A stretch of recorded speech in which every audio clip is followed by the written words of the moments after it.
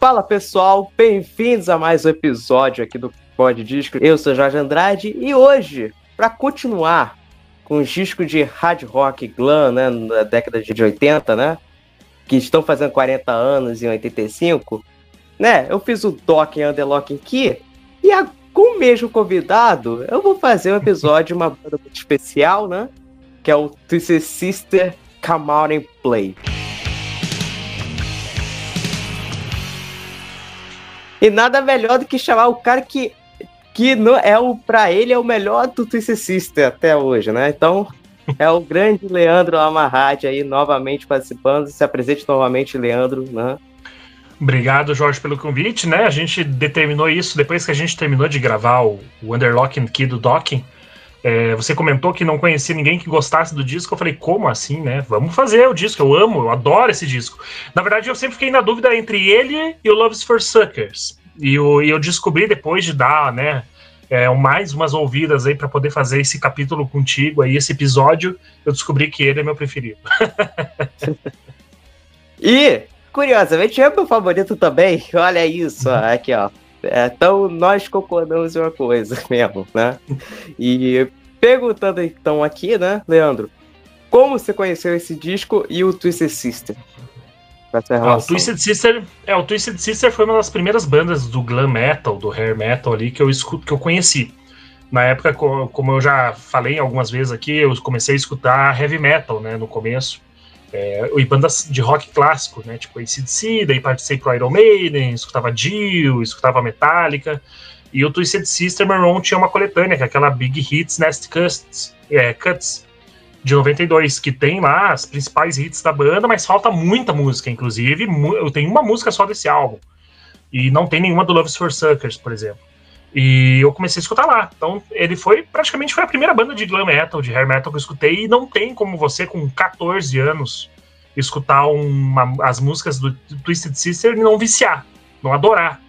Né? We're Not Gonna Take, I Wanna Rock, a própria Kids Are Back, são músicas de fácil assimilação, tem refrões fortes, né? E toda aquela rebeldia que as letras do Twisted Sister traziam. Claro que na época a gente não sabia inglês, até hoje a gente não sabe direito, né? Mas se você pegar para traduzir as letras e tal, você vê que tem muita coisa ali de cunho do público adolescente. Isso é muito legal. Então não tem como não se viciar. Exatamente.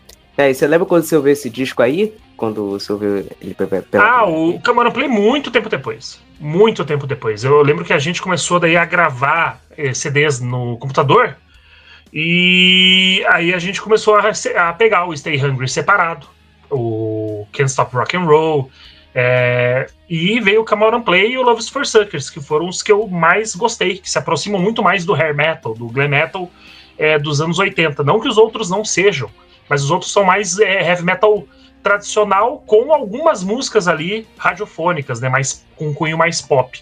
Mas esses dois discos, eles me tocaram mais na época que eu tava começando a escutar hard rock com maior frequência, conhecendo bandas mais a fundo, e eu conheço muita gente que ainda gosta, que prefere esses dois álbuns aí do Twisted Sister. O meu irmão é um caso, né? O Alexandre, ele também prefere esses dois álbuns. Então, é meio que unânime entre nós aí da família. Então, é OR esse disco? Dá pra considerar OR? Ah, não. Esses aí não. Glam metal puro, né? Não tem nenhuma música que dá pra considerar de OR, né? Nada. Cara, qual é a única música? Qual a música que dá pra considerar OR do Twisted Sister? A OR, The Price? Cara, não, nem The Price, porque The Price ela tem um peso, ela tem meio crua, né? Na verdade, não tem. Olha, pra dizer se alguma desse pra considerar. Olha, boa pergunta, acho que nenhuma mesmo. Nenhuma mesmo. Não tô querendo tirar o corpo fora, não. Acho que nenhuma música do Twisted Sister caberia aqui pra considerar como OR, não. Pois é. Acho que o Twisted Sister, ele é tipo assim, aquela coisa, tipo assim, você pega o Bon Jovi, beleza, OR, tem ali. O Rat até pode ter esse pá, mas já o Twisted Sister não tem, não. Então... O Rat é outra que não tem, na minha opinião. Talvez a Giving Yourself Away, mas então... não colocaria. Não colocaria porque ela é uma balada, mas ela não é... Ela não tem... Ela é muito pesada, né, pra ser considerada como um OR, né?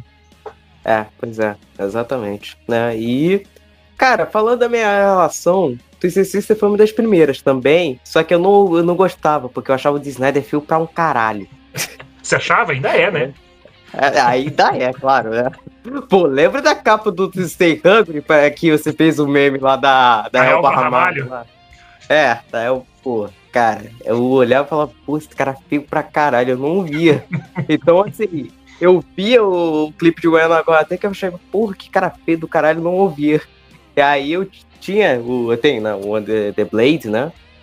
Até hoje, e aí eu falava, não vou ouvir não. Aí depois eu fui abrir um pouco o meu coração, né, minha cabeça, né, pra ouvir, né? Aí eu falei, pô, apesar que demorou um pouco também. Teve vezes que eu gostei menos e tal, hoje eu gosto muito mais, por exemplo.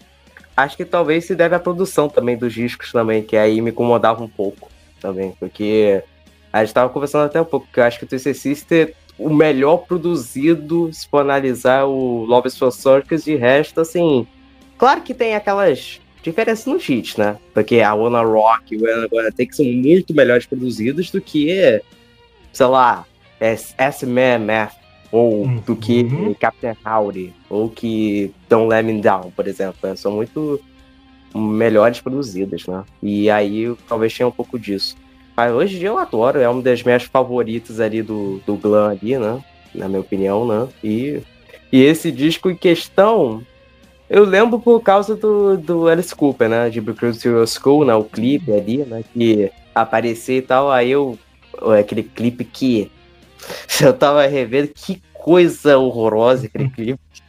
É um clipe engraçado e nojento ao mesmo tempo. Sabe? Um clipe que ele passa vários sentimentos. Eu não sei se eu não gosto ou não gosto, mas, cara, mas mesmo assim eu até gostava da música, até apesar que ela não tem nada a ver, eu acho, com a banda, se for analisar. Acho que ela é uma música meio. Tipo, tanto que tem um monte de música ali participando e tal. E, assim, aí depois eu fui ver as outras e tal, e fui me apaixonando mais, e é o meu favorito mesmo, da banda até hoje, na minha opinião. Né? Esse, aí, Love is for Circus, e terceiro, You Can't Stop Rock and Roll, né?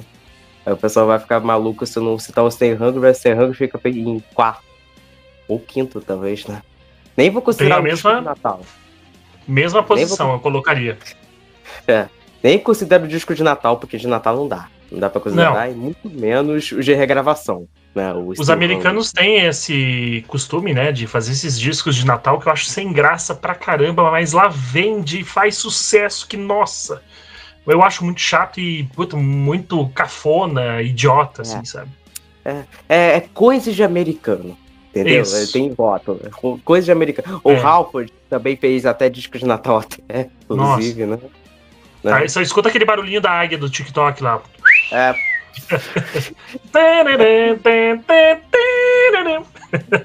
Pois é. Não tem como não, cara. Essas musiquinhas aí não dá. Música é uma coisa, agora disco de Natal... tenebroso. Não dá, não. Só tem uma música que eu gosto do disco do Twisted Sister, só uma ali. Heavy Metal Christmas. Heavy Metal Christmas. Porque aquela Way Come a Faithful... Não. Tipo, Take, só que regravado, versão natalina, né? Exatamente. Não, é sem graça. Eu acho muito forçado.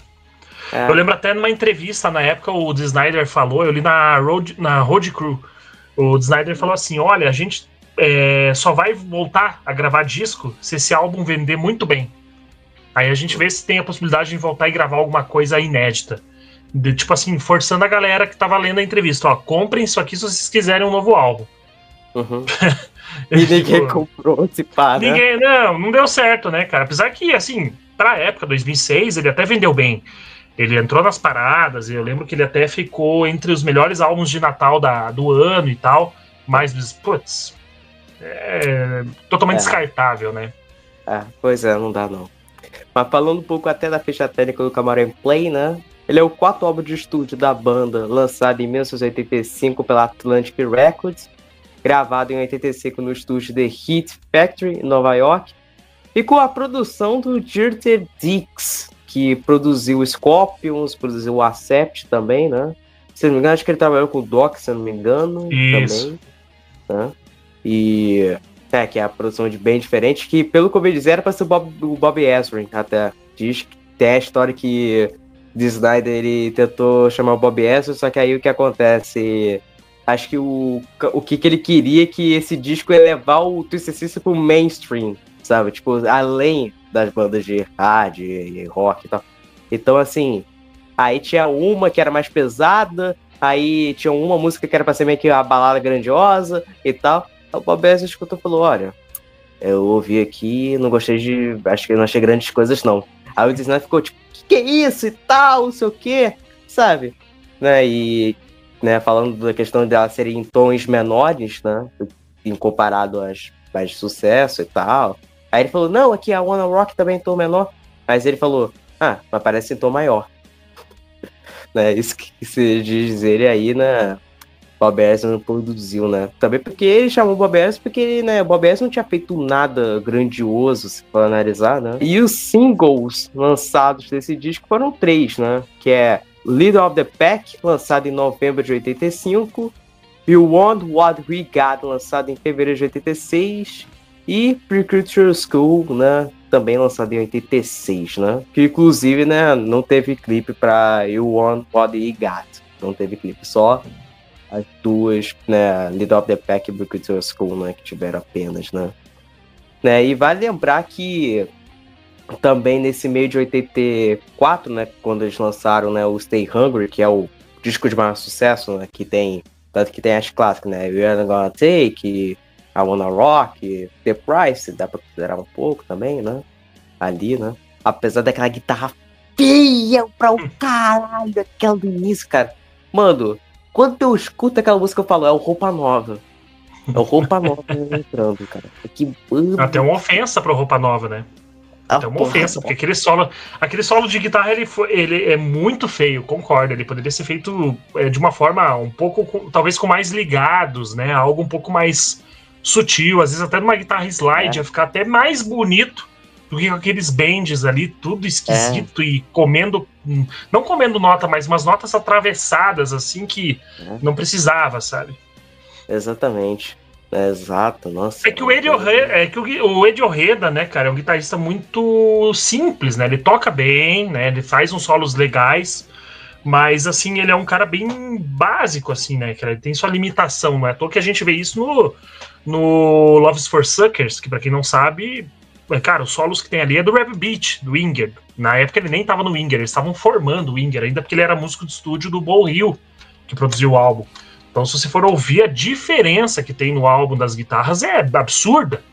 Né? A pegada, o tipo, a dinâmica, as notas com muito bom gosto. Você fala assim, nossa, parece que o Eddie Orreda assim, evoluiu, né? Virou um Pokémon, virou Charizard, né? Outro nível, né? Mas não é, porque não era ele, né? Exatamente. Até o Daniel Yazbek, né, que acho que até fez vídeo com você já algumas vezes, né, do Exótica, ele fez um vídeo falando desse álbum, né, e ele falou uma coisa que eu não achei em lugar nenhum, né, por isso que eu vou citar ele aqui, porque ele provavelmente ele falou que leu muita coisa relacionada a Twisted Sister, e ele falou que o Dee Snider ficava puto, porque ele que compunha todo o material da banda, desde o primeiro álbum, né. Digamos que ele assumiu ali o cerne criativo no lugar do J.J. French, que é o guitarrista base. E ele falava que ficava puto com os caras porque ele levava uma ideia pros caras de música, porque ele não sabia tocar nada, ele só levava como igual o Michael Jackson fazia, né? Fazia com a voz ali, as notas e tal, a linha vocal, e falava, ó, cara, isso aqui é a música, trabalhem nela. Chegava lá, os caras faziam 3 acordes, igual AC/DC, igual Ramones, e um solinho lá no meio da música. Diz que ele ficava puto, porque ele queria que eles trabalhassem melhores as músicas e eles não faziam, né? Exatamente, né? E, né, inclusive, né, tem a questão, né, que o Dee Snider ele ficou puto com o produtor, né, o Tom Elman, por ele ter açucarado o Stay Hungry, né? Segundo ele, né? Que, né, eu discordo um pouco, porque Tom Elman, né, já vê as produções dele, né? O cara, né, o nível de produção que ele fez lá no Motley e tal, o cara, né? Apesar que eu não gosto de nenhuma produção do Tom Elman. Eu não gosto. Sim. Eu não gosto do Shara the Devil, eu não gosto da produção do Girls, Girls, Girls, eu não gosto da produção do Open Up and Seiya. O Stay Hungry piorou. Eu acho elas muito sem grave, sem peso, embora sejam pesadas, né? Eu acho elas muito cruas e sem peso, só que elas têm um apelo radiofônico. É uma produção meio confusa. Talvez para a época funcionava muito bem, porque não afastava o suficiente o público do heavy metal, mas também não deixava de lado o público que estava querendo escutar uma música um pouco mais pop, né?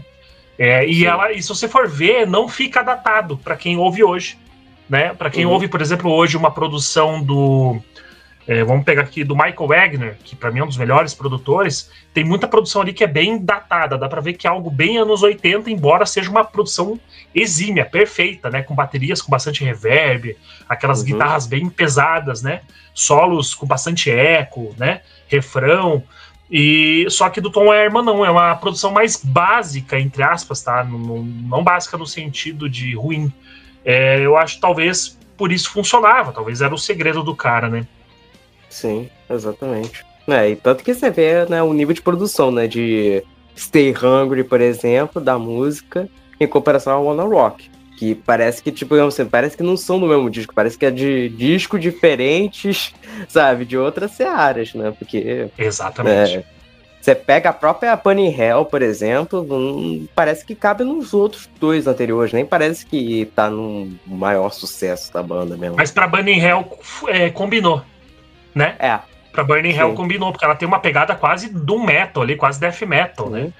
Então combinou muito bem. Sim, exatamente. Tanto que até a banda de black metal regravou também, lá o Jim Board regravou, né? Então, não, essa música é sensacional. Essa Burning Hell, eles estavam muito inspirados, né? Essa música aí é incrível. É melhor que muita banda de heavy metal essa música aí, já deixa muita banda de heavy metal chinelo. No chinelo. O Sabá chora ouvindo isso. Inspiração total, direta, né? Sim, exatamente. E falando, né, um pouco também que inclusive a escolha de Leader of the Pack tem um sentido, porque eles faziam um cover dessa música já há muito tempo, né? Porque vai lembrar que tem uma gravação dela também. Sim. No Rough Cuts também. Rough Cuts, exatamente. Né, eles tocavam ao vivo, só que, né, ela tá numa produção mais crua, né? Uma produção mais polida, você pode analisar. Então, assim, meio que foi uma escolha meio arriscada, se pode dizer assim, né? Até, se for analisar, né? Inclusive, uma coisa engraçada ouvindo essa música. Eu lembro que eu tava ouvindo ela, eu pensava que eu tava ouvindo o clipe, porque tem uns barulhos de moto, e eu pensava que que era só do clipe, não. Tem na música isso aí. Eu falei, meu Jesus. Tem. Sabe? Os caras botaram ainda, mesmo assim, né? Na verdade, se você for ver a história do Come On and Play, era pra dar tudo errado mesmo, e por isso que deu tudo errado. É uma sucessão de problemas, não problemas relacionados à banda, porque a banda até estava estruturadinha, eles vinham de um sucesso fenomenal do Stay Hungry, e assim, eles estavam com uma moral da gravadora lá em cima, eles tinham verba infinita para fazer um próximo puta disco. Assim, e putz, era tudo pra dar errado, né? O que eu acho que são os pontos que deram errado nesse álbum, na minha opinião? Vários, né? Vários deles. Mas quais foram um dos problemas? Foi a mega exposição da banda, principalmente do Dee Snider, por ele ter participado lá como testemunha, né? E lá no Senado para defender a causa do rock and roll, das músicas, para a pessoa não colocar o selinho do Parental Advisory, que virou regra, lei depois, né? E eu acho que um dos vários que a gente vai citar aqui, foi porque lá no discurso ele acabou falando que ele era um pai de família, um cara conservador, né? Um cara que não usava droga, não bebia. E na época, cara, a galera achava que o Dee Snider era o cara mais pica do universo, porque ele falava de músicas que era pra você quase bater no seu pai, né? Era pra você confrontar a sua família, né? Que você tinha o direito de tudo, né? Que você tinha que fazer o que você queria. Então todo mundo achava que ele era o badass. E depois que eles descobriram que ele não era isso, né? Quem descobriu, eu acho que foi um balde de água fria, na minha opinião. Né? Esse foi um dos vários motivos, né?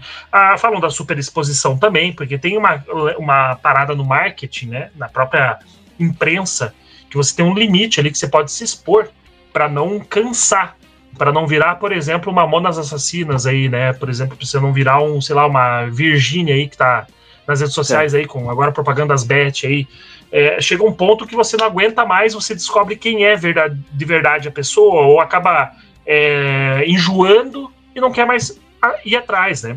Esse é um dos problemas relacionados à imagem da banda, na minha opinião. Fora outros que a gente vai citar aí, referente à escolha das músicas, repertório, os problemas aí que a MTV sabotou a banda, né? Mais pra frente, que ajudou a gravadora a pisar no freio com tudo, né? Pense, um carro que tá 200 por hora, os caras frearam com tudo. O carro capotou e, tipo, quem sobreviveu, sobreviveu, né? Exatamente.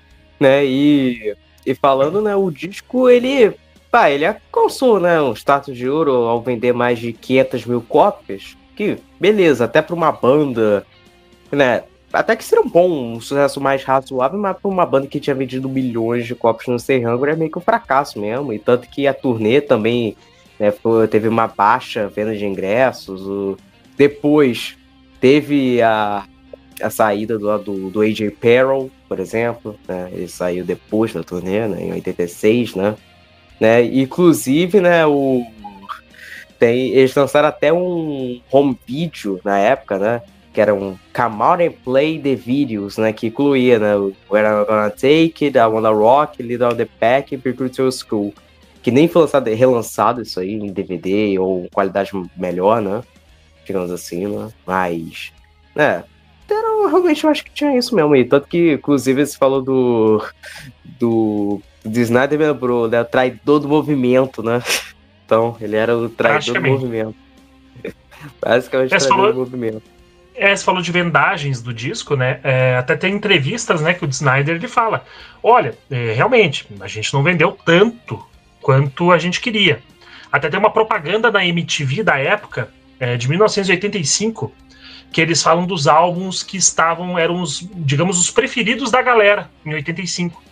E lá dizia, assim, vários álbuns, Live After Death do Iron Maiden, falava do Docking Under Lock and Key, falava do Motley Crue, Street of Pain, que tinha vendido pra caralho com a Home Sweet Home, e apareceu o Twisted Sister, Come Out and Play, e falava assim, a banda já chegou a 500 mil cópias e tá rumo a atingir o disco de platina. Então, assim, a expectativa da própria MTV era que chegasse. Né? Só que depois, com a sabotagem que eles fizeram com o clipe da Be Cruel to Your School, que era a maior aposta da banda em questão de videoclipe, trazia caras ali que tinha trabalhado no Thriller do Michael Jackson.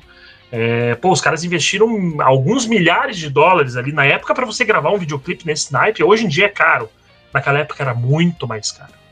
Né? E uma coisa engraçada que o Snyder falou, que eles, né, para fazer esse videoclipe tem um monte de figurantes, né, que são os alunos da escola. E ele falou que eles abriram um chamado pra galera chegar aí de graça lá, claro, assinava um termo e participava do videoclipe. Igual eles fizeram na Wanna Rock. Na Wanna Rock, todo mundo que tá lá, os alunos, tirando aquele gordinho, né, e talvez mais algum outro ali, o professor, que é o cara que faz lá, acho que o Matt Scalfi, né, se não me engano o nome dele, que faz até da We're Not Gonna Take It, eles eram todos figurantes, eles não eram figurantes contratados, eles eram o público que queria participar do videoclipe. E dessa vez eles fizeram a mesma coisa e ninguém apareceu. Ninguém quis participar do clipe da Be Cruel to Your School. Então, assim, alguma coisa de errado estava acontecendo. Aí o Snyder também foi descobrir, durante a turnê, que ele viu várias pessoas com camisetas de bandas diferentes. E nenhuma com a camiseta do Twisted Sister. Aí ele chegou para um piazinho que tava com a camiseta do Docking, porque eles fizeram a turnê junto com o Docking, né? Até inclusive a gente falou no Under Lock and Key que a turnê foi meio desastrosa com o Twisted Sister por causa do Twisted Sister, né? E aí eles perguntou, por que você tá com essa camisa do Docking, sendo que a gente tem um merchan aqui, sendo que você acabou de me falar que é a banda que você mais gosta e tá vendo a gente na primeira fileira. Falou, se eu chegar em casa com a camiseta do Twisted Sister e um álbum deles, minha mãe me quebra na porrada. Então ele acabou virando, o Twisted Sister acabou virando o espantalho de todas as bandas do hair metal. Então você podia escutar Wasp, né, que falava de sadomasoquismo, de machismo, sexismo, taxismo, tudo que fosse. Podia escutar Motley Crue, você podia escutar o que você quisesse, mas Twisted Sister não. Era a banda que o pai falava assim, esse é o limite para você escutar. Então acho que isso também ajudou em muito a problematizar a banda, mais a sabotagem do videoclipe, que foi um absurdo, os caras gastaram milhares de dólares, a MTV não transmitiu. Eles não chegaram e transmitiram uma vez e falaram assim, beleza, não vamos mais passar. Simplesmente chegou a ordem de dentro lá, expressiva, falando, esse clipe não pode ser transmitido. Por quê? Porque a pressão no Senado dos políticos era muito forte. Então eles temiam que alguma coisa pudesse acontecer. Não esqueçam que as televisões, elas têm concessão pública, né? Lá também não seria diferente. Então eles temiam que sofrer alguma represária dos políticos, alguma coisa assim, e não transmitiram. Aí se a gente falar que o clipe é grotesco, que é de mau gosto, aí vai muito pelo pessoal, né? Na época a gente tinha um monte de filme trash que passava do Stephen King, né? Tinha um monte de clipe trash aí que era muito assistido pela galera e não tinha problema nenhum. Eu acho o clipe sensacional, embora ele seja tosco. Mas eu acho muito engraçado e tem uma vibe muito Twisted Sister. Total. Tem a ver com os adolescentes ali na escola, o professor que você não dá bola pra ele, que só lero-lero. Aí ele acaba entrando mais na visão dele do que dos alunos. Mas eu acho que foi um combo de desgraça e problemas na hora errada que problematizaram o álbum, sabe? Exatamente. E falando da formação aqui do disco, né? Dee Snider nos vocais, Ed Ogenta na guitarra solo, base, back vocals, J.J. French na guitarra base, solo, back vocals, o Mark The Animal Mendonça, né, no baixo, back vocals, e o A.J. Pero na bateria e percussão, né? E falando até que as composições todas estão creditadas a todos eles, né, todos os integrantes, né? E falando, qual que é o destaque para você dos integrantes ali, né, da banda ali no disco? Olha, eu acho que nessa fase do Twisted Sister, é meio chovendo molhado falar que o Dee Snider é o destaque, né? Mas porque ele é o vocalista. Eu acho que, fora ser um vocalista e um puta de um frontman, né? Um cara que tem uma voz ativa na banda, é um líder carismático, né? A voz dele sempre me pegou, né? A voz dele sempre soou muito boa de se ouvir. Embora ele tenha uma voz forte, ele tem uma certa melodia na voz em algumas passagens ali que é muito característica dele, né? Mas tirando de lado, né, que é como se a gente estivesse falando de Sebastian Bach no Skid Row, né? É óbvio que é o destaque da banda. Mas eu gosto muito também do A.J. Pero, baterista.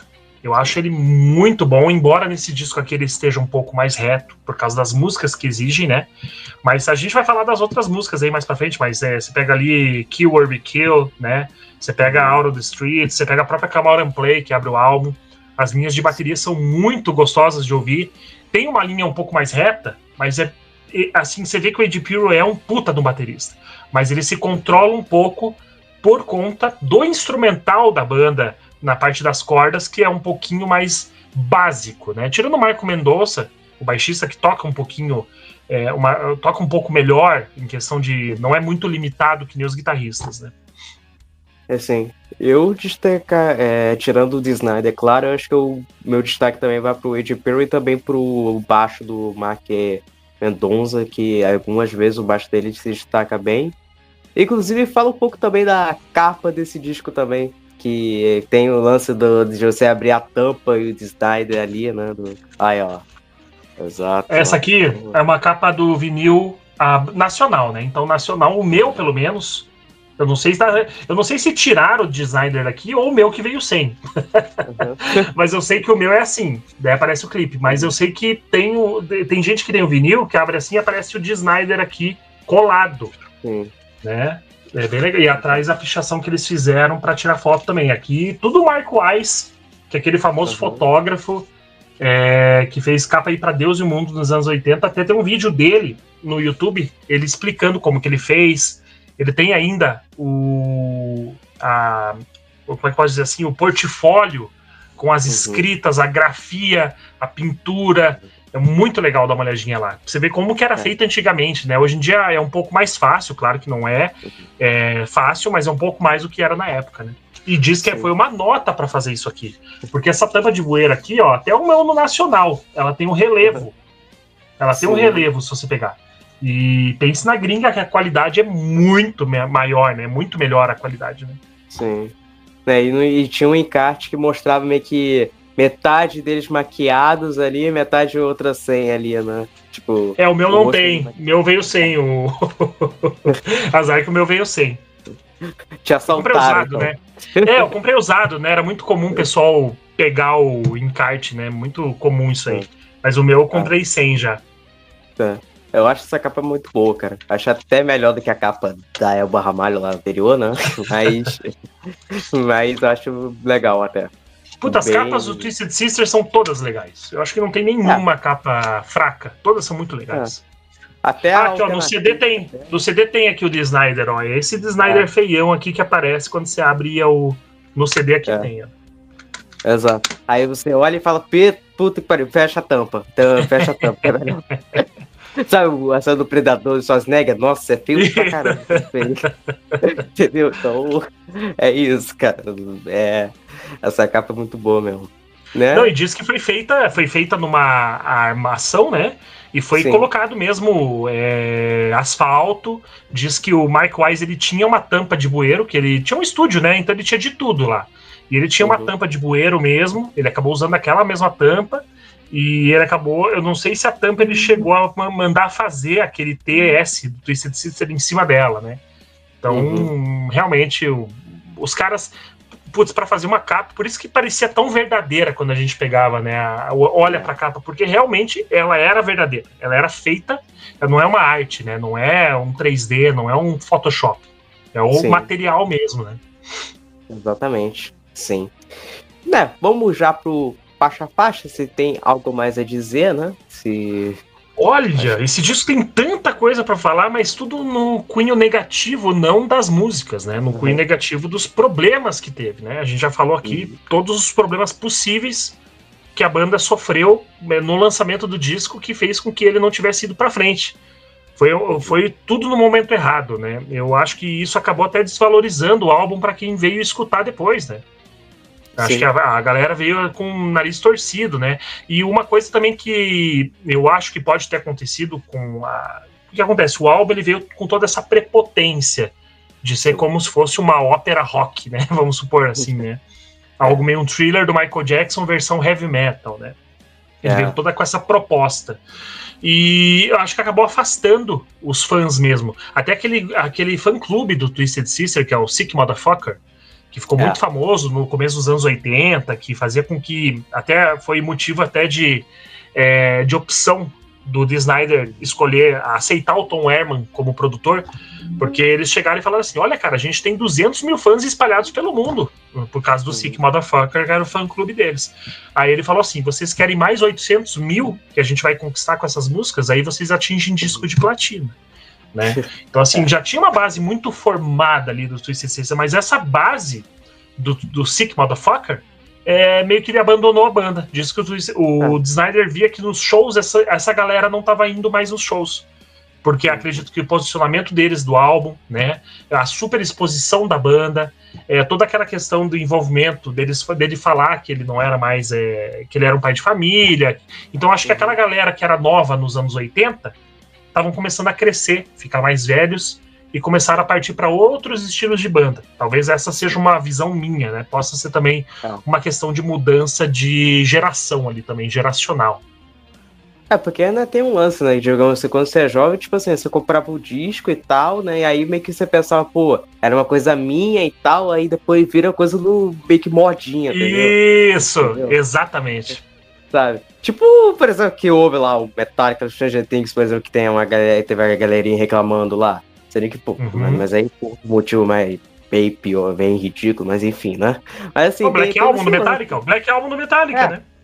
Exato, exatamente. Tipo, uma coisa tipo assim, pô, você pega o Metallica, pô, Master of Puppets, Injustice, até, beleza, já tava indo com o caminho, mas ainda era uma coisa restrita. Aí veio o Black Album, aí ferrou, entendeu? Aí já... não quero mais, não gosto mais de Metallica. É a banda da minha irmã. Esses discos aí eu tenho por causa da minha irmã, entendeu? Tipo isso, sabe? Tipo... Isso aí. Né? Hoje em dia o pessoal tá meio foda-se com isso, né, também. Porque, tipo assim, não é que, tipo, assim, você não vai parar de ouvir o Ugly Kid Joe porque eles estão lançando um disco ruim, por exemplo.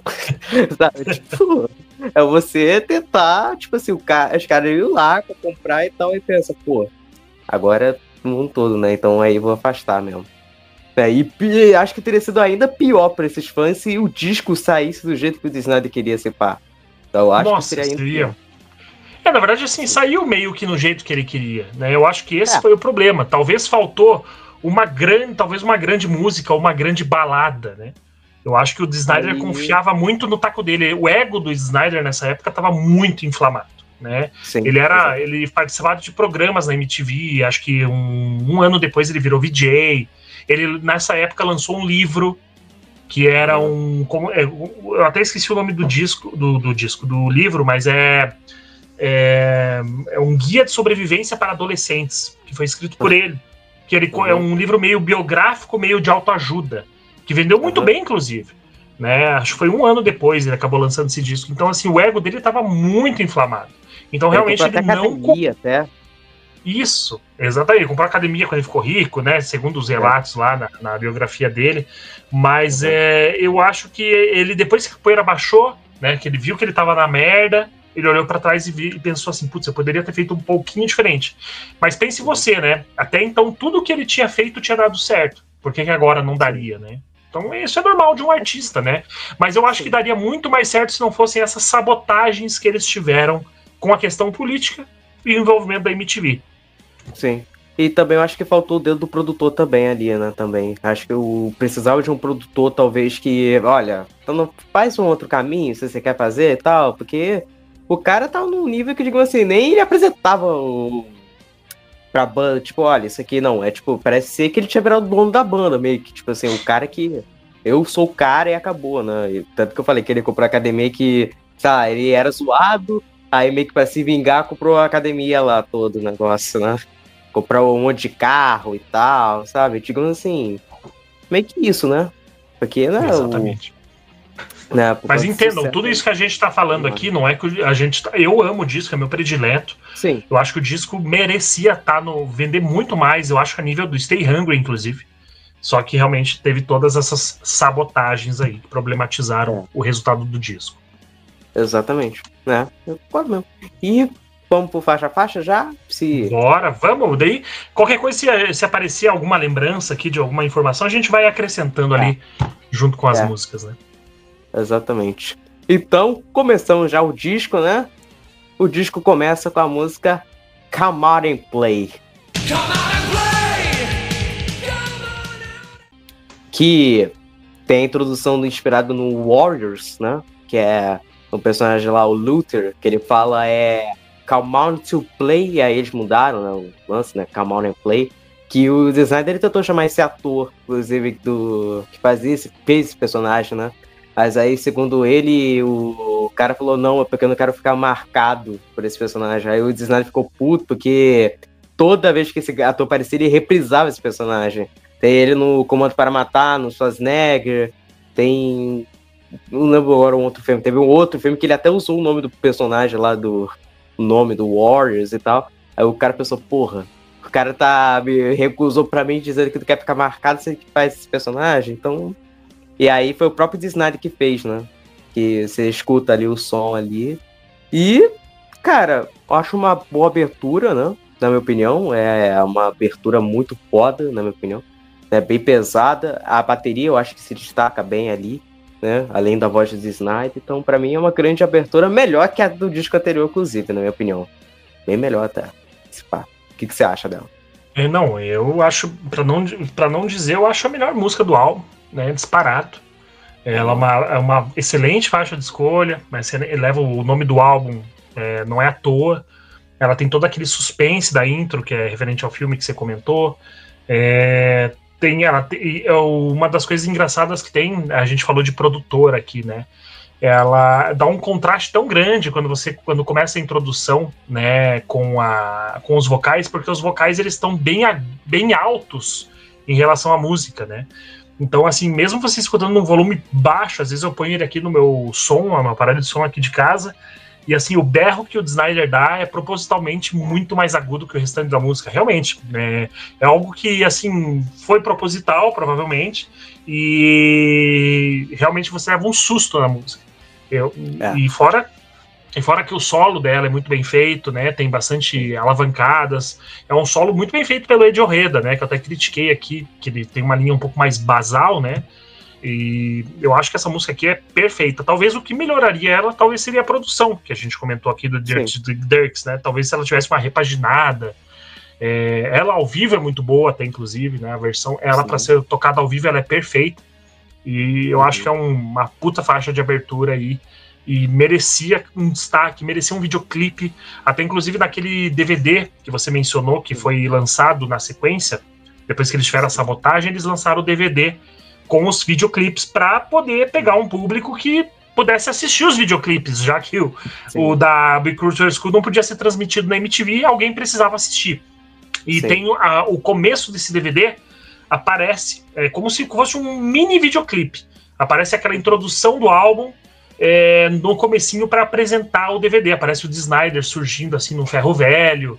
Aí aparece aquele gordão no começo lá que faz o clipe da Little of Pack, da Big Culture School, que até esqueci o nome dele, que ele é um ator que fazia aquele gago na Locademia de Polícia, né? Explicando que ele precisava da ajuda dele e tal.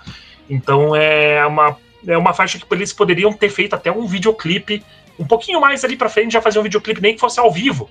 A introdução, né? E o restante fizesse gravado ao vivo. Tá tudo certo. Igual o clipe da The Price, por exemplo. Exatamente, era uma música que poderia ter sido melhor divulgada. Bem melhor. Muito. Até. Na minha opinião mesmo. Realmente é isso mesmo. Sim. Agora, né, indo pra cover, né, do disco, né? Leader of the Pack. Né, que é a cover do Shangri-La, né? Fala um pouco dessa música aí, o que você acha, né? Pois eu gosto muito dela, a gente já comentou aqui lá no começo, né, que ela é uma música que o Twisted Sister já tocava, né, era uma música do repertório deles, até tem gravações aí ao vivo, tem versões já daquele Rough Cuts, que é um EP lançado antes do Under the Blade, inclusive. Então é uma música que o Dee Snider achava que iria estourar pelos motivos dele, né, referente a ela ser um hino pop dos anos 60, e ela tem uma letra um pouco diferente, né, em vez dela mencionar, por exemplo, o boy das meninas lá do Shangri-La, que morria no acidente, aqui mencionava a menina, né, era ao contrário, né, fazia uma inversão ali, como se fosse o ponto de vista do motociclista, né, que era o líder da gangue, no caso, né. E o Dee Snider falava que essa música ia se dar muito bem, não só porque ele achava que ela era uma música pop, né, que se combinava muito bem, mas porque ele viu o exemplo sendo executado no Motley Crue, na Smoke in the Boys Room. Então ele achou que daria muito certo, igual deu pro Motley Crue. Só que eles esqueceram que o Motley Crue tinha uma puta de uma balada no álbum, né? Que era a Home Sweet Home, e tinha um empresário ali gigantesco na banda, que era o Doug McGee. Então isso ajudou e muito. E o visual deles, que era menos andrógeno do que eram com o do Twisted Sister, né? E exatamente. Eu acho uma puta de uma música, ela é uma música simples, reta, né? Mas ela é gostosa de ouvir, né? Ela tem um refrão muito forte e não é muito diferente da original, não, né? Se você fechar os olhos ali, você consegue ver que é praticamente uma música que eles adicionaram só as guitarras e mudaram um pouquinho a letra. Exatamente. Uma bela de uma cover, eu acho, né? Eu não curtia tanto ela no início, mas depois eu fui acostumando melhor, né? Ela... Acho que ela é bem mais na cara que ela é cover, né? Você percebe ali que não é uma música bem da banda ali, né? Digamos assim, né? Uma boa música, só que eu acho, né, que tem todo o lance que a gente falou, né? Que não foi uma ideia tão boa, digamos assim, foi meio arriscada, né? Totalmente errada, né? No momento errado, né? Que era divulgar essa como a primeira, né? Porque ela foi a primeira divulgada, foi o primeiro single do disco, né? E meio que mostrou ser não tão popular, né, entre os fãs, né, então aí, né, deu todo aquele negócio, né, mas ainda uma boa faixa ainda, uma faixa ainda que dá pra ser escutada ainda. Agora a próxima, eu acho que You Want What We Got. Essa aí, eu vou dizer, é a minha segunda. Antes era a minha favorita, mas teve uma outra que me chamou mais o meu coração. Mas, enfim. Essa música aí poderia ter sido melhor divulgada. Ela, mesmo que ela foi lançada como single, mas, pô, ela tem uma música tipo Heaven's on Fire, sabe? Uma música, tipo, música de show, né? É uma música que agita, é uma música que daria pra fazer um videoclipe dela, eu acho. Seria uma pena que não fizeram, né? Muito por conta disso também, mas... Assim, eu acho que é uma música maravilhosa, tem um refrão cativante ali, né? De cantar, e né, eu já começo o dicionário cantando, né, o refrão, então... É uma música que daria pra ser um pouco nesse nível. Tipo, Give Love a Bad Name e tal, sabe? Dá pra ser uma música desse estilo, mas, né? Acabou não sendo. O que você acha dela? Eu acho que poderia ter sido a segunda escolha do álbum, né? Na sequência de Come On and Play já emendava essa.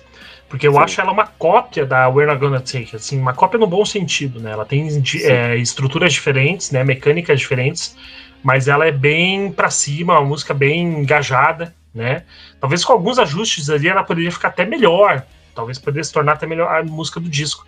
E para influenciar, essa música tem uma história engraçada que para influenciar as rádios a tocarem essa música, a gravadora enviou junto do single uma carta, né? Porque tinha o single que vendia e tinha o single promo, que é direto para as rádios, né? E a gravadora escrevia uma carta dizendo que o Snyder lutou lá no Senado contra a censura do rock pelo direito das bandas de se expressarem e tal, né? E depois daquele episódio lá com o Pierre Marcy, então ele vinha junto para influenciar o pessoal e a própria música dizia isso, né? Tipo, é algo meio parecido com Kiss até, né? Tipo, vocês querem o que eu quero, então eu vou dar para vocês o que eu tenho, né? É algo bem básico, bem simples, né? Algo até meio genérico ali, mas acho que casa muito bem, né? Embora essa música embora o disco não tenha vendido como deveria, né? O single não tenha virado um videoclipe, como você falou, e eu concordo, deveria ter um videoclipe. A música chegou ainda em 15ª posição no Reino Unido, cara, nas faixas de rock, de heavy metal, para ser mais exato, né? Então, assim, não foi um fracasso total. Até, inclusive, o Come On and Play, na Europa, ele se saiu muito bem. Na Itália, na Noruega, foram os países que a banda nunca tinha vendido disco, e lá tinha vendido muito bem. Então, assim, o problema é que eles demoraram também, eu acho, para ir para a Europa para fazer a turnê, sabe? Acho que eles acabaram tendo que cancelar um monte de data aqui nos Estados Unidos, na América do Norte, no Canadá, e acabaram indo para a Europa muito tarde, né? Eu acho que se eles tivessem começado lá, né, pavimentado todo o caminho, esperado baixar um pouco a poeira e voltado para os Estados Unidos, talvez a performance seria diferente. Para você que na época não tinha celular, não tinha nada, então um mês de diferença em qualquer lançamento, em qualquer coisa ali, fazia uma diferença gigantesca, né? Porque era muita banda acontecendo, uma tomando o lugar da outra, né? Então acho que talvez isso facilitaria aí no resultado da performance do disco. Sim, exatamente. Já indo para a próxima música aqui do disco, né? I Believe in Rock and Roll. Olha, desculpa, mas se uma tava sendo meio que a We're Gonna Take, como você falou, essa aí não tem nem comparação, né? A Wanna Rock, I Believe Rock and Roll Coincidência? Acho que não! Tá na cara que os caras tentaram. Você vê eles tentam fazer um lance meio que tipo hino, você vê o lance da bateria ali, né, no refrão, você vê que tenta tipo, vamos fazer o hino como você vê o Every Day I Don't, que é como se fosse tipo a resposta do público, meio que digamos assim. Eu gosto dessa música, eu não vou mentir que eu gosto dessa música, eu adoro, inclusive, né, uma música que tem esse tipo de letra, né, mais de ódio ao rock, né, coisa rebelde e tal, né, como a banda tinha anteriormente, mas, né, soa tipo, vamos tentar fazer um outro sucesso, se a outra deu certo, vamos tentar nessa, né, só que né, não teve clipe nem single dessa música, isso que é o curioso, né, se os caras estavam tentando fazer isso, né, enfim, né, fala um pouco dessa aí.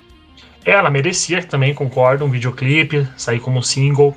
Eu acho uma das músicas mais cativantes do disco, né? E ela tem uma parada meio assim de expressar de uma forma até religiosa, né? Meio que um louvor ao rock and roll, né? Como se fosse uma missa, meio Let There Be Rock do AC/DC, né? E, cara, ela é Twisted Sister total. Não tem como não dizer que é uma música do Twisted Sister.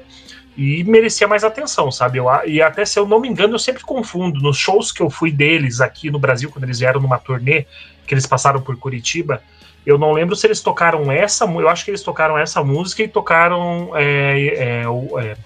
a música anterior que a gente falou, a One What We Got. Eles tocaram essas duas músicas ali e eu não sei se eu acho que é Believe in Rock and Roll que eles tocaram. E porque é uma música realmente muito boa. Ela tem a cara do Twisted Sister, né? Exato. Combina com o Crystal Rock and Roll, inclusive. Você pega as músicas e combina. Pra caramba, né? E, indo para a próxima aqui, The Fire Still Burns. Essa eu vou dizer, é minha favorita do disco. Ela se tornou minha favorita, né? É uma música maravilhosa, eu acho, essa música. Tem um refrão bom, a bateria eu acho legal, né? Eu tenho uns tipos de guitarra que eu gosto ali, né? Por mais que a limitação dos dois, mas eu acho que em alguns momentos é acertável, obviamente. Então, assim, essa música eu acho muito boa. O refrão é bem... muito bom também. Então, pra mim é uma música que... acho que eles até tocaram, se eu não me engano. Acho que eles já tocam até, se eu não me engano, eu acho. Se eu não me engano, acho que tocam. Né? Então, tocam.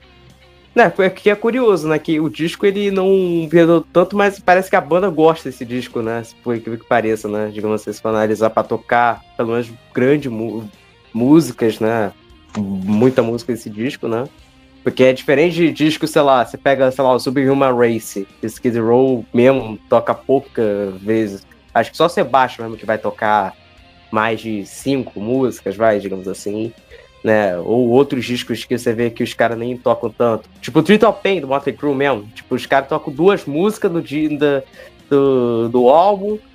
Girls, Girls, Girls, acho que também 2, também, se eu não me engano, né? Eu acho que tocam, né, também. Então, assim, nem os caras mostram muita coisa, entendeu? Que é uma pena, né? Porque eu acho que teria muita música melhor no show, assim. Mas, enfim, fala um pouco dessa música aí. Que você comentou do Treat of Pain, do Subhuman Race, do próprio Cameron Play, né? São épocas em que os próprios músicos falam que foi épocas difíceis para eles, né? Similar aos problemas com drogas que eles estavam passando, no caso do Motley Crue, do Subhuman Race, os problemas com a produção, com Sebastian Bach, escolhas que não eram o que eles queriam. E aqui no Twisted Sister foi o fracasso mesmo, né? Do comercial, né, da tentativa deles de explodir ainda mais, né? Mas a Fire Still Burns, ela tem uma particularidade, que o J.J. French, que é o guitarrista e o único membro original da banda, né, desde o começo, que é como se fosse o segundo líder, né? Na verdade é o líder principal, mas o Dee Snider que leva a banda pra frente, né? O J.J. French fala que essa música é uma música que ele mais gosta do álbum, né? E ele acha que talvez seria um grande potencial essa música se transformar aí num single, ou abrir o disco, por exemplo, né? É uma das escolhas que ele queria. Eu acho a música sensacional, é muito boa, ela tem uma pegada bem heavy metal dos anos 80. Eu acho que aqui a produção deixa um pouco a desejar, porque ela é uma música cheia de... ela merecia mais detalhes nas guitarras, principalmente, né? Eu acho que acho que realmente a música é muito crua na guitarra. Eu acho que a guitarra até soa meio demo, né? Eu acho que ela merecia mais detalhes. É uma música que, se fosse regravada por uma outra banda hoje em dia, ou na época, se eles tivessem vendido ela e tivesse, sei lá, vamos chutar aqui uma banda qualquer aqui, King Diamond, tivessem regravado, ficaria outro nível, né? E é uma puta de uma música, né? E encerra o lado A do disco com maestria, né? Eu acho uma faixa sensacional. E vamos pro lado B, né? Virando pro lado B do disco, né? Pre-Crew to Your School. Né, que tem o lance da caligrafia lá, né, skill, né, meio que botando meio que errado, tipo o Slade, né, que os caras colocam, né, tipo, é school, mas se escreve de maneira diferente e tal, né, que falando nisso, né, o Ash citou o Ashback, inclusive um abraço pro Marcel Yanuk, do Decifrando, que ele falou de uma história engraçada, que essa música foi trilha do filme Loucademia de Combate. Nossa, né? Senhora, nem sabia disso. Que ela era, digamos assim, é tipo um derivado do Loucademia de Polícia. É tipo assim, o título original não tinha nada a ver com isso, mas meio que capitalizaram, né, aí, né, tinha o Loucademia de Combate e tal, né, que aí, né, tinha um cara fazendo besteira na escola, tipo, bota porco e tal, né, aí toca essa música aí, entendeu? Por causa disso aí, né, e, cara, como eu falei, ela tem muita cara do Twisted Sister, né? Mas é assim, mas eu gosto dela. Ela tem a participação não só do Alice Cooper nos vocais, né? Também tem a participação do Billy Joel no piano, o Brian Setzer no solo e o Clemons no solo de saxofone, que acho que, se não me engano, acho que tem até o batero do Bruce Springsteen, até se pá, né? Acho que... Não sei se é o batero ou o saxofonista agora eu não lembro, mas... né?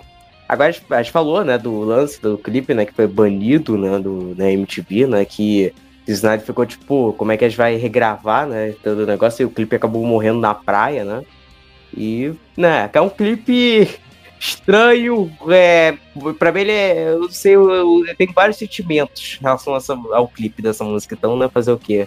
Então aí nem, sei lá, eu gosto e acho nojento ao mesmo tempo, entendeu?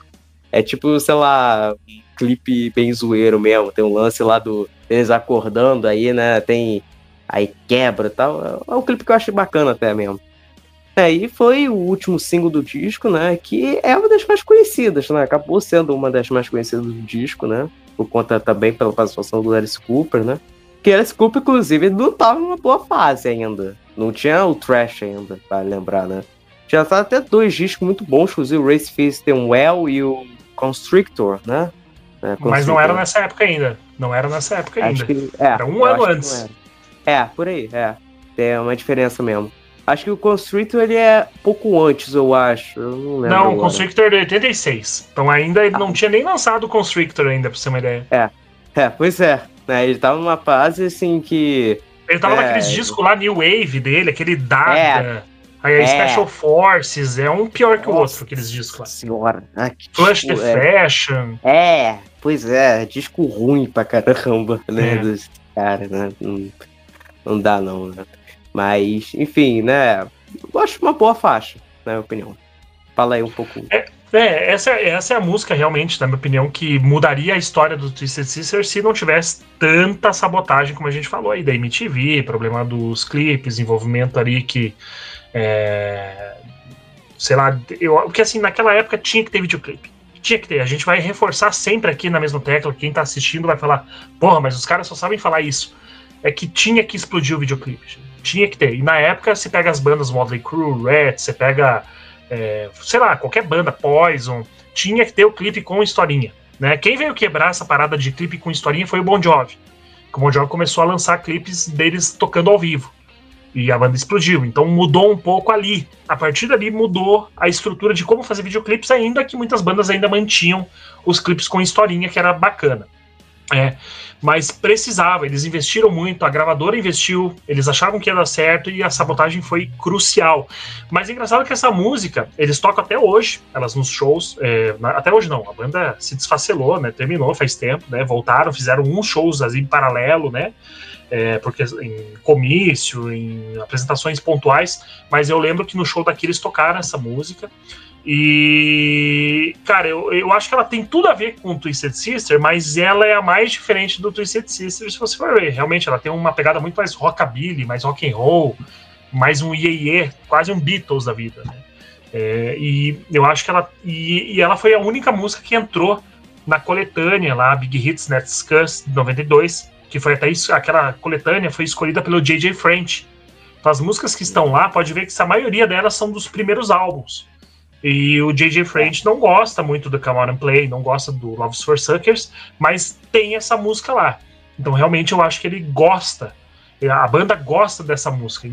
Apesar de todos os problemas que ela teve aí com a banda, e foi, digamos, aí o motivo da banda não ter estourado mais ainda do que o Stay Hungry. E tem também a questão dos clipes que a gente mencionou. Cara, o Twisted Sister sempre teve essa veia cômica. Sempre teve. No próprio Can't Stop Rock and Roll, o clipe da Can't Stop Rock and Roll, você vê que tem uma veia cômica, né? Que digamos que é uma... o pessoal, o clipe da Can't Stop Rock and Roll, pra quem não assistiu ainda, vão lá, assistam, é um clipe muito massa, que praticamente é como se fosse uma fiscalização ali de poluição sonora, indo atrás da banda, porque sabia que a banda era muito barulhenta, cantava coisas que eram contra os bons costumes da sociedade. Então já tinha o cunho do Twisted Sister ali. Aí tem o Wanna Rock, We're Not Gonna Take It, que não tem nem que mencionar, e essa música casava perfeito com o que a banda fazia. Então, assim, com esse lance cômico, a Leader of the Pack também. Vamos então pra próxima faixa aqui do disco, né? I Believe in You.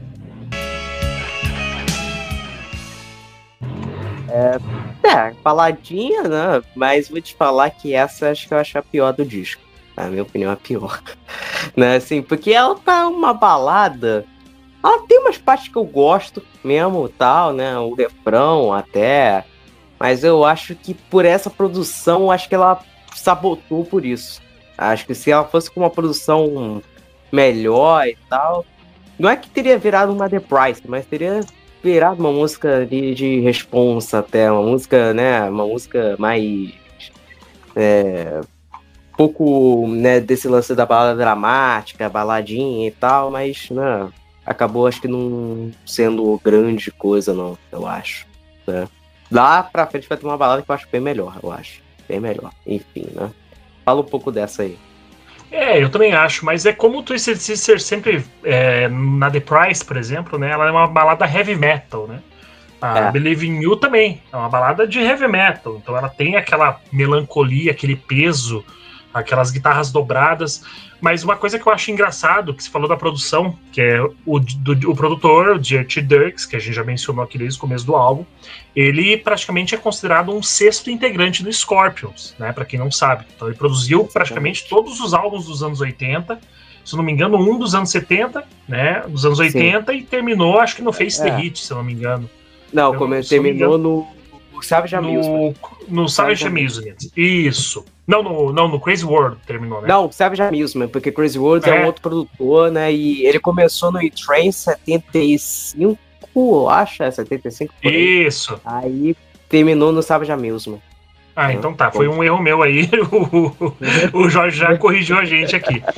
E ele era considerado um sexto integrante da banda, cara. E se você pegar 3 anos depois, o Scorpions lança no Savage Amusement uma música chamada I Believe in Love, que era uma música já antiga do Scorpions, né? Lá acho que é do Virgin Killer, se não me engano, né? Ela já foi ela já era demo naquela época, mas não tinha sido lançada como uma música ainda. Mas se você pegar a demo dessa música, não tem nada a ver com a versão do Savage Amusement. Nada a ver. Exatamente. Até o andamento, a levada é bem diferente. E eu acho que ela é muito parecida com essa música do Twisted Sister, que foi lançada 3 anos antes. Eu acho que o Dirty Dirks pode ter pegado ali uma referenciazinha e colocado naquela balada que encerra o disco do Savage Amusement, né? Porque eu acho uma música boa, realmente.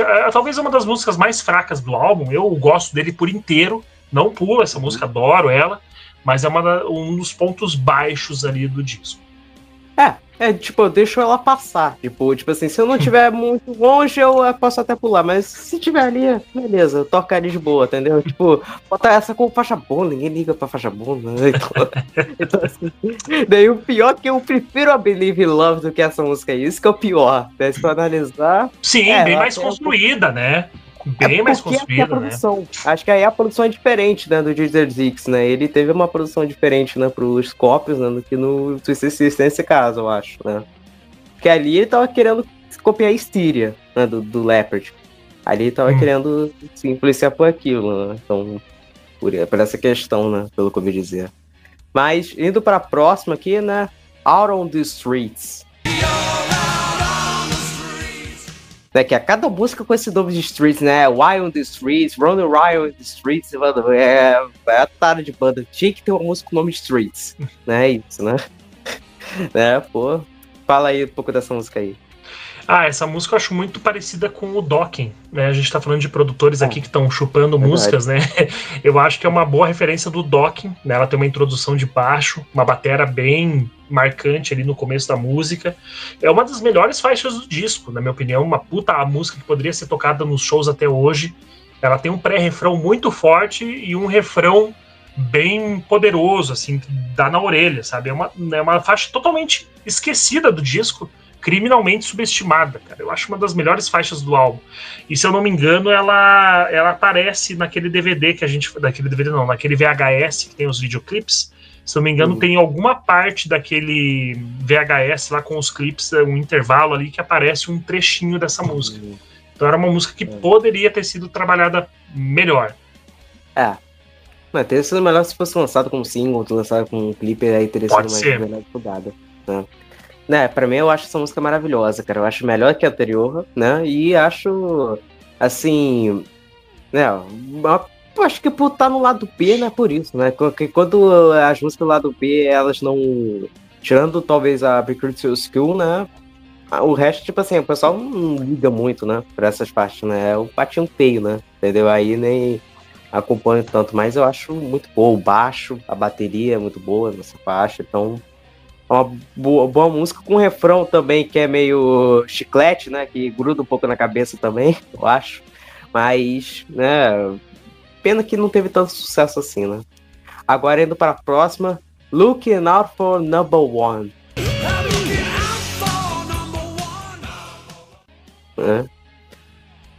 Eu gosto da música, eu acho boa também, né? Como eu tô falando, eu gosto da maioria das músicas desse disco mesmo. Então aí, o refrão é também cativante também, né? Eu acho muito bom também, né? E acho uma boa faixa. Fala um pouco dela aí também. Pois é, ela é uma faixa muito parecida até, inclusive, em questão de qualidade da Out on the Streets. Embora seja, ela tenha uma pegada um pouco mais básica, né? Ela tem uma vibe mesmo de fim de álbum, né? É uma música que fica um pouco abaixo comparada com as anteriores, mas é uma boa música também. Eu gosto bastante dela. Tem uma vibe mais pesada, né? Aquele refrão de pergunta e resposta. Então é bem legal. Eu gosto dela. Sim. Agora, indo para a próxima, né? A mais, né, parecida, uma das mais parecidas com a banda antigamente, Kill or Be Killed. Né? Cara, eu adoro essa música, eu acho uma boa faixa. Ela finalizar o vinil, né? Digamos assim, se a gente for falar, ela finalizava meio que o vinil, né, do disco, né?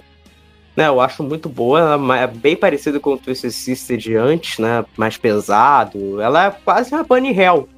Se for analisar, ela é quase nesse nível, né? Só que mais, né? Bem mais esquecida, obviamente. Né? E teria sido regravado, eu acho, por uma banda, tipo, essas bandas de metal, tipo, realmente, o próprio King Diamond, por exemplo, ou, sei lá, uma outra, sei lá, Celtic Frost, talvez, não sei, mas, tipo, daria pra fazer uma versão mais pesada dessa música, assim, né? Porque acho que o Twisted Sister, assim como o Wasp, até consegue flertar mais com metal, né, nesse sentido, então... E dessa música, Black Sabbath chora ouvindo isso. Isso aí chora total. Fica chorando com abraçado aos joelhos, isso aí. Entendeu? Aí hoje vai me bater, mas... Ó, dane-se. Fala aí um pouco dela. Eu consigo enxergar essa música, você falou de Black Sabbath, né? Eu consigo enxergar essa música ali no Seven Star, por exemplo, né? Consigo enxergar, pois é, verdade. Consigo. Com a produção e tal, o Seven Star tem uma pegada um pouco mais hard, né? Então acho que eu consigo enxergar assim. Né? É o hair metal do Black Sabbath, né? E eu acho que essa música, cara, assim como a Fire Still Burning encerra o álbum e a Come On and Play começa o disco, essa música ela encerra o lado B, né? E ela termina o disco, né? Então acho que é uma boa cópia das duas, né? Eu ia falar antítese, não é, porque é igual, né? É uma cópia das duas. Eu acho que ela é uma música poderosa, uma música forte, embora seja bem simples o refrão dela. E acho que encerra o disco muito bem. Apesar que no vinil ela encerra, né, com essa música, mas na versão remaster que foi lançada, eu não lembro se é no CD original da época, porque esse disco também foi lançado em CD na época, tá? E tem a música King of Fools, que é uma balada. É uma power ballad épica, né? Quase um power metal épico, né? Uma parada meio Manowar, meio Accept, né? Por coincidência a gente falou do The Dirks de volta, né? Que é uma boa música, né? Mas talvez como bônus ela fica meio fora, né? Uma balada como bônus, né? Eu acho ela melhor que a Believe in You. Com balada grandiosa, eles queriam colocar, acho que King of the Fools, acho que era melhor até. Ela é mais metal, né? E ela tem uma pegada bem... aquelas dobradas de guitarra ali, né? Meio Acho que até a produção um pouquinho diferente, até que a do disco distou um pouquinho até. Acho que por esse lance ser bônus também, né? Ela entrou em cassete, também ela era bônus, pelo que eu ouvi dizer. Cassete também ela era então bônus. Talvez na versão CD e cassete, na vinil não entrou, provavelmente, né? E não era por falta de espaço. Né? Não é por falta de espaço, porque o vinil cada lado tem 19 minutos. Então... do vinil do vinil do disco aqui, né? Não do vinil normal, né? O vinil é meia hora, né? Então, sei lá qual o motivo que não colocaram, né? Provavelmente, talvez questões comerciais, talvez, sei lá, não sei, né? Gravadora, né? Porque assim, esse disco ele foi lançado em CD, como eu falei, né? E foi um dos primeiros CDs a ser lançado na época. Foi o Brothers in Arms do Dire Straits, foi o Cameron Play do Twisted Sister, saiu em CD na época. Só que o desempenho foi tão baixo do disco, e principalmente do CD, que ele saiu de catálogo logo. Ele foi, se não me engano, um dos primeiros discos a sair em catálogo também. Então, assim, é uma das outras frustrações da banda, né? Que além de ser um dos primeiros discos a sair em CD, foi o primeiro, acho, da história a ser retirado de catálogo, tipo, 1 ano depois. É daqui pra pior, meu irmão. Então o triplex da banda, né? O triplex na cabeça dos caras, né? Alugou, cara, o diabo na cabeça dos caras, né? Uma coisa que ajudou a banda a dar uma revigorada nessa época, uma sobrevida, foi o lançamento do Under the Blade também, né? O Under the Blade foi relançado pela Atlantic, com uma remixagem um pouco diferente, né? Mais voltada ao mercado americano, né? E acho que ajudou um pouco a dar uma sobrevida pra banda, entrar um pouquinho de dinheiro também, porque segundo o Snyder, tudo que entrava de royalties ia tudo pra ele, né? Porque ele que compunha tudo, né? Então, ele que compunha todas as letras, as músicas, então ele ganhava muito mais dinheiro que a banda. Sim, exatamente. Né? E agora, né, já terminamos o disco, né? Considerações finais, Leandro, e nota de 1 a 5 pra esse disco. Olha, eu dou 5 fácil, né? Sem esperar você terminar de falar. É um disco subestimado pra caralho. Eu acho que houve todos esses problemas aí, se dá pra dar um ponto negativo, que não é um ponto negativo porque é um disco de época, né? Mas a gente já comentou aqui várias vezes que a produção, né? Eu acredito que tivesse escolhido um outro integrante. Por exemplo, o Michael Wagner faria uma produção muito melhor desse disco, embora a gente pegue as produções do Scorpions, sejam maravilhosas com o Dirty Jerks, o próprio Doc, né, a própria Sept. Então realmente talvez era uma questão ali não só do produtor em si, mas talvez uma má escolha às vezes na gestão ali do Snyder com a banda, a limitação dos músicos em relação aos equipamentos e tal, né. Eu acho que isso aí também influenciou. Mas eu dou nota 5. Acho um disco perfeito e escuto sem enjoar. Cara, também dou nota de 1 a 5. 5 por mim daria 20 por mim também. Então, disco melhor da banda, na minha opinião, meu favorito. Então, assim, inclusive eu tenho um amigo meu, que ele é de BH, e eu meio que recomendei algumas bandas pra ele ouvir. Então eu recomendei o Doc pra eu ouvir, ele escuta pra caramba por causa disso, né? E aí, ele escutou. E curiosamente, ele não curtiu tanto o Twisted Sister, mas um disco que ele mais gostou foi esse. Curiosamente, né? Ele gostou mais desse. Né? Ele tem uma pegada mais. Ele tem uma pegada mais hair metal, né? Tem uma pegada meio obscura, né? Sim. Né? E assim, por mais da produção, esses problemas da banda, mas acaba sendo um disco muito bom, né? Pra mim é subestimado também. Ele é um disco que deveria merecer uma chance ali pra algumas pessoas, né? E falando até o ranking então, do disco do Twisted Sister, né? Do 5, né? Porque a gente não vai considerar o de Natal e muito menos o regravação Still Hungry lá. Pra você, qual que seria o ranking pra você? O 5? Ranking, hoje, né? Depois que eu te falei lá, até no começo do vídeo a gente fala, né? Que sempre foi o Love is for Suckers, sempre foi meu primeiro álbum preferido. Mas hoje, né? Depois de escutar mais vezes, eu considero, cara, praticamente empatados.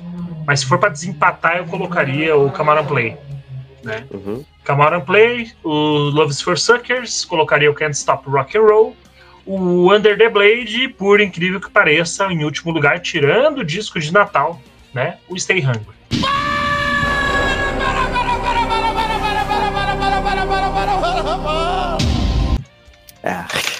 Não me batam, por favor, que eu faria o mesmo. Eu fiz o mesmo com Iron Maiden. Power Slave, que todo mundo cultua, e pra mim dos anos 80. Dos anos 80, tá? No Pray for the Dying é dos anos 90. Eu deixo ele por último. Mas no Pray for the Dead, matematicamente 90 é o último contra até de 80, né? Se for analisar. Então... Não, mas tira o No Prayer. Tira o No Prayer, né? Dá pra tirar, E eu gosto do No Prayer, gosto bastante. Tanto que eu fiz vídeo, eu acho maravilhoso esse disco, acho muito bom. Eu só não consigo defender quem gosta do Virtual Eleven. Só não consigo defender isso. Virtual Eleven não dá pra defender. Não dá pra defender. Assim, se você gosta do Virtual Eleven, você tá errado. Tá errado. Sem pensar, assim, reveja seus conceitos que você tá errado. É meio que isso mesmo. Mas enfim, né? Vamos lá. Pro meio, Come On and Play, Love is for Circus, You Can Stop Rock and Roll. 4, Stay Hungry, eu acho, talvez, ou Under the Blade em último. Mas assim, pode mudar. Eu acho que é bem parecido com a sua. Se você escutar com calma o Under the Blade, você vai desempatar e vai ficar com o Stay Hungry por último, eu tenho certeza. Então, né, daqui a pouco os fãs vão ficar malucos, mas é assim, né? Mas enfim, inclusive tá até aqui, inclusive, o disco aqui, né? Até inclusive nessa coletânea que eu mencionei, né, que é o Big Hits Nest Cuss, lançado em 92, cara, a maioria das músicas é do Under the Blade, cara. Verdade. A maioria. Exatamente. Né? Mas, enfim, né, finalizando o vídeo aqui, né, Leandro, pode divulgar isso, o Almahad, né, suas redes, né, o que tava acontecendo, suas dancinhas do TikTok, fala aí. Então, quem quiser conhecer a gente, vamos lá no nosso canal no YouTube, cheio de entrevistas, né, relacionadas às bandas. A gente tem banda aí com galera do Nelson, aquela banda de pop hair metal, que muita gente tira sarro e muita gente ama. A gente tem entrevista com o pessoal do Sabotage, tem entrevista com o Macaulay Schinker, com o John Corabi do Motley Crue. Então, deem uma... com o Macaulay Schinker, não, com o Robbie Macaulay, que era do Macaulay Schinker Group, com o John Corabi, ex-Motley Crue. Então dei uma olhadinha, a gente tem muito vídeo, em torno de 120 vídeos falando de banda, indicações, lives, e a gente tem o canal nosso no TikTok, no Instagram e no Facebook, com muito meme, resenha de disco, vídeos, cortes das nossas entrevistas. Para quem não conhece, vai lá, vocês vão gostar. Legal, inclusive acompanho o Almahad já faz um tempo, desde 2021, eu acho que foi por aí. Já acompanho já há um bom tempo, já. É, época do lado dos ex lá, do Ugly Kid Joe, do Fight, do Sabotage lá, todos aqueles episódios, né? Enfim, você acompanhava a gente antes de virar moda, né? É verdade. Aí depois virou moda e eu deixei de lado. Tanto que eu chamei eu só chamei você por causa de marketing, pra querer grana mesmo. Eu tô que nem o do Snyder, né, cara? Eu tô me achando mais do que sou, né, cara? Eu tô igual o Snyder. Já acompanho já uma rádio há muito tempo, eu sempre acompanho, né? Enfim, né? Então, pessoal, quem que quiser escrever lá, se inscrevam lá, né? No Alma Rádio, que é muito legal. Canal BenOR, né? Isso aí é BenOR, né? Como dizia o Thiago da Flame, né? Então. Thiagão. Então, também se inscreve aqui nesse canal também, né? Ativar o sininho para receber as notificações, dar o like, compartilhar com seus amigos também.